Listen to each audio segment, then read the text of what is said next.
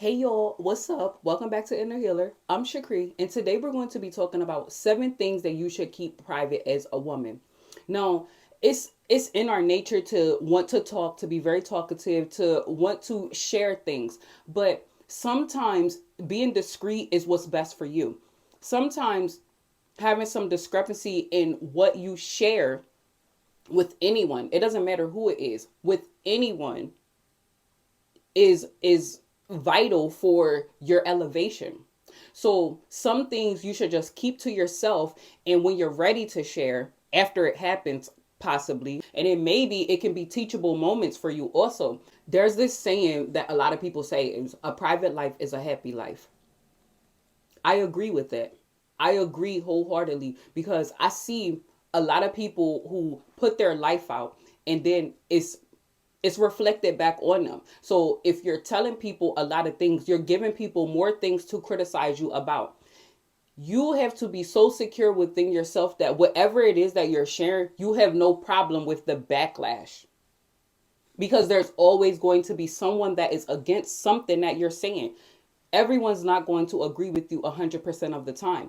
So if you're not mentally stable enough, emotionally stable enough to take criticism, then maybe some things you should keep private. And then there's just some things that you should just keep private as a woman. A woman has a right to her privacy. Everything isn't for everybody. Number one, because this channel is about relationships, we have to talk about this as the ultimate one. Your relationship. You should not go around telling people the intimate details of your relationship. It doesn't even matter if it's your mom, your cousin, your sister, your best friend. These are people who love you and want the best for you. So if you're coming to them, especially in hard times, if you're coming to them and you're telling them something about your significant other in a hard time, they're always going to, more than likely, I'm not going to say always, more than likely they're going to take your side. And if you keep on doing this, they're going to build that resentment against your significant other because you're telling them the things that you don't like. But guess what you're doing after you're telling them that? You're going back to this person. So with you going back to this person, you're thinking that it's really not that serious what you just told them, but they're looking at you like, okay, but why are you still there? And then they're looking at him like they don't like him anymore. So it's just best for you to keep your intimate details of your relationship private because everybody's not going to root for you the way that you want them to root for you. Everybody's not going to give you the advice that you're looking for. People will tell you the things that you don't want to hear, especially the ones that love you. Is it what is best for you? Maybe, maybe not. But in their mind, they're telling you what's best for you. Especially if you're coming to them and you're complaining because you're not just having open dialogue about your relationship if you're only coming with the negative parts about it. You're complaining and they don't want to see you hurting. They don't want to see you complaining anymore. So what they're going to do, they're going to tell you to leave that person. So if you're not ready to leave that person, then it's best for you to keep the intimate details of your relationship to yourself or get a counselor. Number two is your location. Now, too many times we're seeing people put their location and someone is pulling up on them. And sometimes, a lot of times, these things are ending tragically. So you shouldn't always blurt out your location. You shouldn't be on social media, putting your location, pin dropping where you are, taking pictures of your exact location, going live while you're outside of your home, especially if you're not in moving traffic, even in moving traffic, because I've seen tragedies happen in moving traffic too. So what I'm going to say is not posting your location while you're outside at all because of safety reasons. You never ever know who is watching what you're putting, especially on social media. You don't know who's on the other side. Like, I don't know who's watching this video. You don't know who's on the other side that's never liking, never commenting, never doing anything, but they're watching you. You have to be smart and strategic about what you post on social media because there are predators out here. And we have to know that our safety is number one priority when we're getting on these social sites. But also the ultimate when it comes to sharing your location is You don't want people to be able to landmark everywhere that you went. You want to keep some things to yourself. Some things are just a keepsake.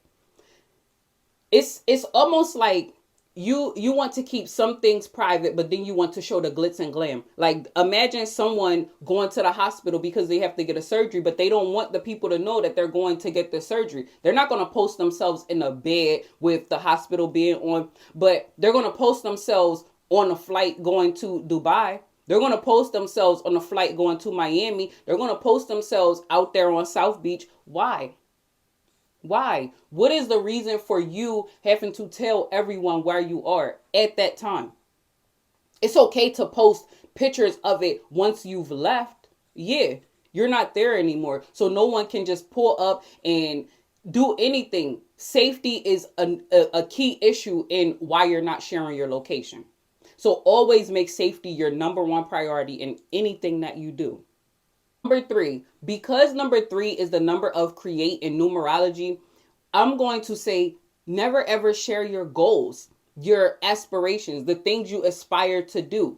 Why? Because you haven't done those things yet. And you don't want the evil eye to be put on your goals, your things that you are aspiring to get. So if you're by chance wanting to do something and you have it written out, you have a goal, you keep that to yourself. And then once you have accomplished that, then you can shout it to the rooftops if that's what you want to do. But then also you have to be mindful of that also, because you sharing a major goal, like how I got $1 million, you still don't know who's watching you. Some things you should just keep to yourself. When I say your goals, imagine you have someone who is listening to you tell your goals. You're sharing your goals, you're sharing your ideas, you're sharing like new ideas, new business ventures, new things that you want to do, new places you want to go. These are all goals for someone.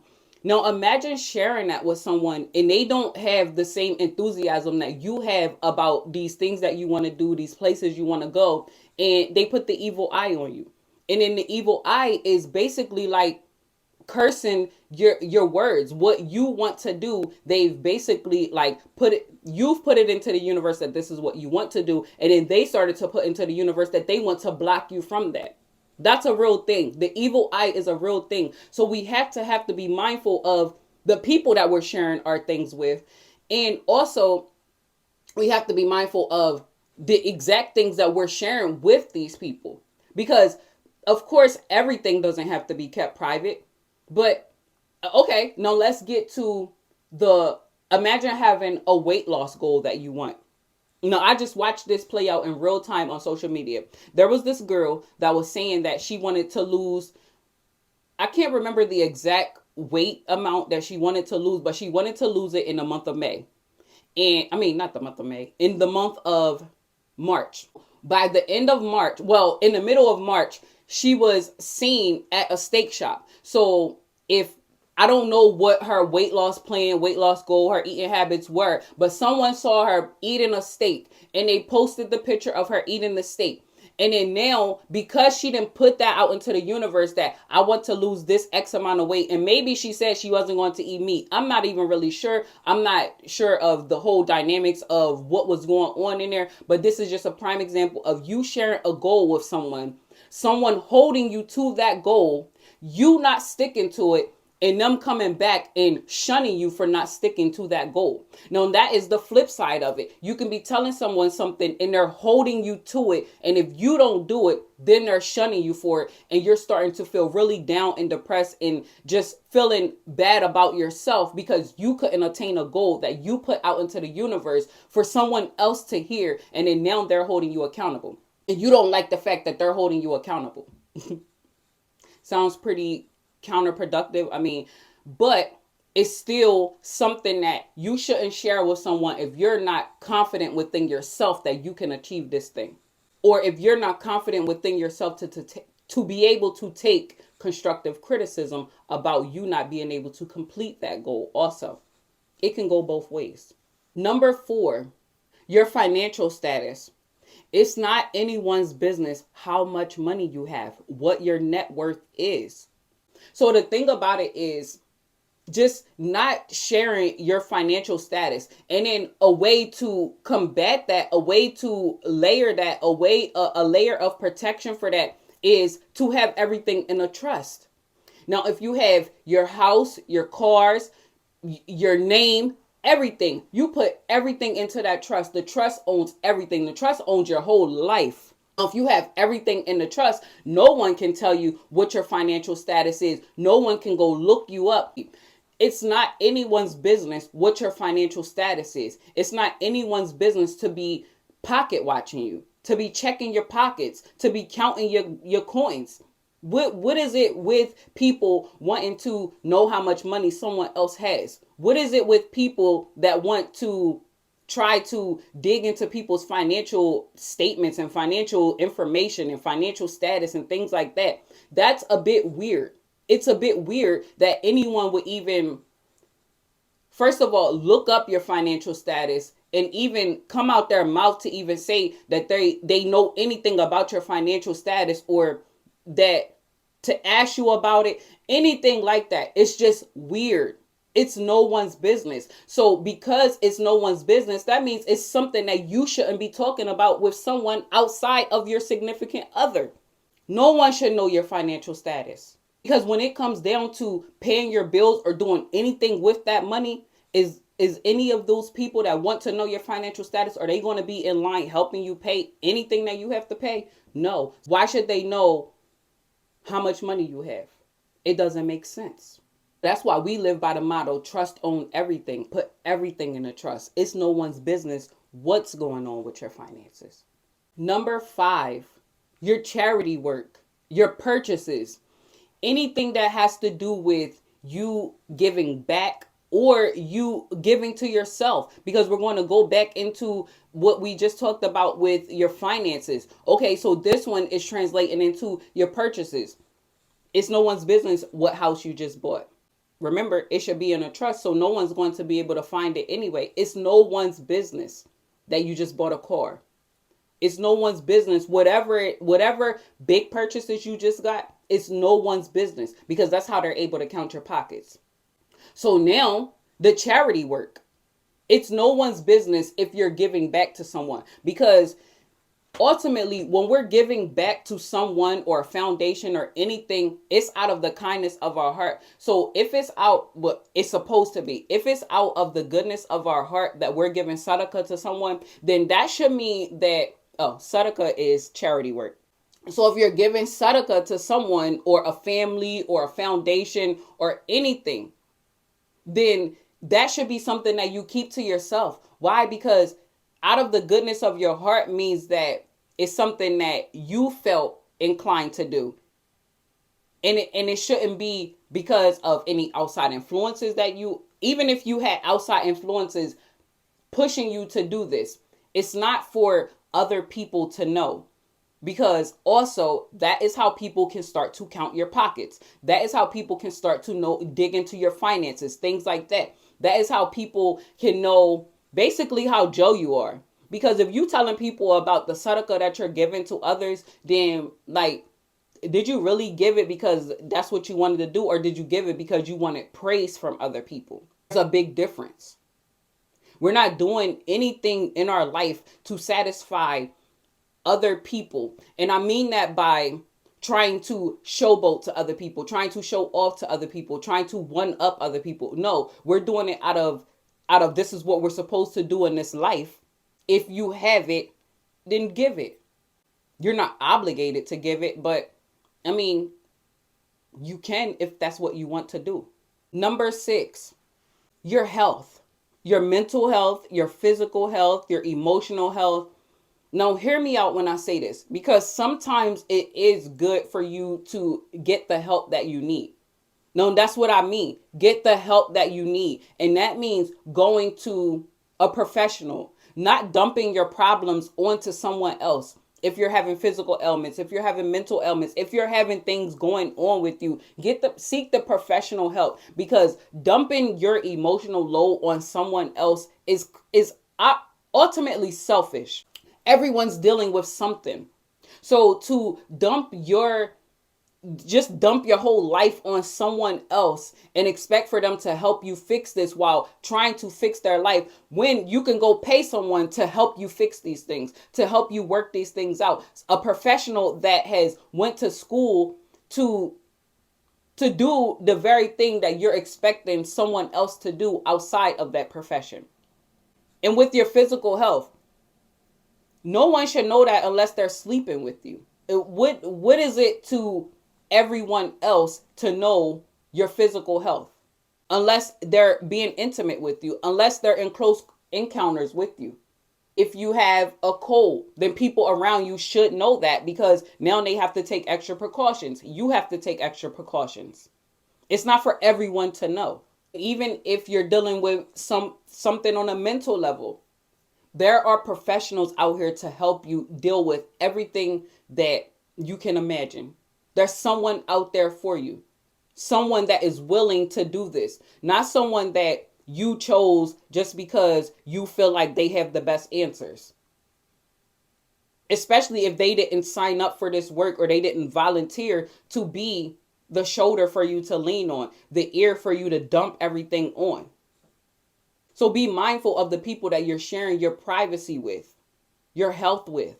Everything isn't for everybody. Everybody doesn't deserve to know about the intimate details of your life. And number 7, the last one, your weaknesses. You should not be telling people your weaknesses. When you tell someone something that you don't like, something that you do like, anything about your weaknesses, anything like that, you're giving people an open to be able to come in and finagle their way in, or manipulate a situation, or do anything. Because we have to really know that, yes, we attract people towards us, but also there are people that come in and they're really sneaky about it. Why? Because ultimately, sometimes if someone can come in and finagle their way into our life, it's because we've blocked something out. We've blocked out a lie that we told. We've blocked out our radar of BS. We noticed the red flags, but we bypassed them because of an insecurity somewhere down the line that we had, that we feel like this is the best person for us to talk to at that moment. So now someone knows your weaknesses and they're able to use it against you. Ain't that about something? Someone knows something that you feel inadequate about yourself, and then now they're able to use it against you. And how are they able to use it against you? Because that mouth. You're talking too much. Sometimes it's best to stop, close your mouth, and open your ears. You have 2 ears to listen more than you're able to talk. Sit back and observe. When you observe, you're able to see a clearer picture. When you sit back, you're able to see things that you didn't see when you were in it. So sit in a conversation and actively listen. And when you start to actively listen, you're going to notice that it might have been some things that you missed because you were talking too much. Stop telling people your weaknesses. You don't want that to backfire on you. So as I'm editing, I come up with a bonus, and that bonus is privacy of your body. Your body should be only shown to the man that you're sleeping with. A respectable man is not going to want a woman that is showing her body off to everybody. Some things have to be exclusive, and your body should be exclusive to the person that you're sleeping with. When a man sees that, he's thinking, how can I smash them yams? How can I get in them guts? So we have to be mindful of the things that we're displaying, what we show and what we keep private. Our body parts should be private. A man that continues on with a woman that is half naked, he's only there to feed his ego. His ego, as in another man can be looking at you, but he better not touch you. This is almost like he's willing to start something. Subconsciously, he's willing to start something in order to prove a point. Now, he has you out and you're half naked and another man is looking at you. He can do one of 2 things. He can be cocky about it, like, yeah, she's mine, feeding his ego. Or he can, what you looking at? feeding his ego. All of it is about ego. So you're going to be with someone that is going to like the fact that you're drawing so much attention to you guys that you can't go anywhere without him being macho man. Wearing your shorts with your butt cheeks hanging out, keep them for your house. Shake that thing in your house. Let them things hang out in your house. Look like a schnizak inside your house, where you're closer to your bedroom, where he can just take it off and you can, see. So it's more so about the privacy of your body. If you don't want to be looked at as an object, because initially, back to the guy, he's looking at you as an object. If you don't want to be looked at as an object, then don't treat yourself as an object. Yes, you look good. No, it's not for everyone to see you looking that good. Now, that video was 7 things that a woman should keep private in her life. If you like what you heard in this video, please like, share, and subscribe to this channel. Peace.